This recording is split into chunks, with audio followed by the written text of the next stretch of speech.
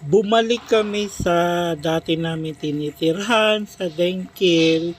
So, etong unit na to ay iniwan namin at lumipat kami sa bagong lugar kasi nga binaha kami dito and worse kasi yung sobrang extreme and alam mo yung first floor muntik ng malapit na maabot nung baha, so ganun kalalim yung baha.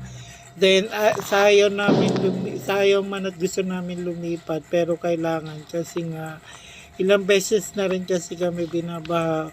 Although ito yung baha na naranasan namin, ito yung pinaka malala dahil umabot nga siya sa halos first floor na, and then marami ding sasakyan na naapektuhan, kasama na din yung mga sasakyan namin, and kawawa talaga yung sa ground floor.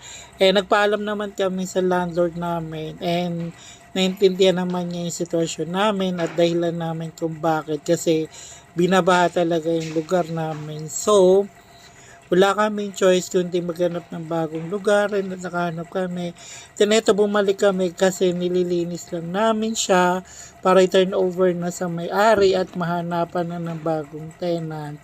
So, mabait yung aming landlord, although hindi namin na-meet ng personal, pero sa WhatsApp lang na nakakausap at maayos naman siya kausap. Siya din ang inayang kasi nga iwan na namin yung lugar.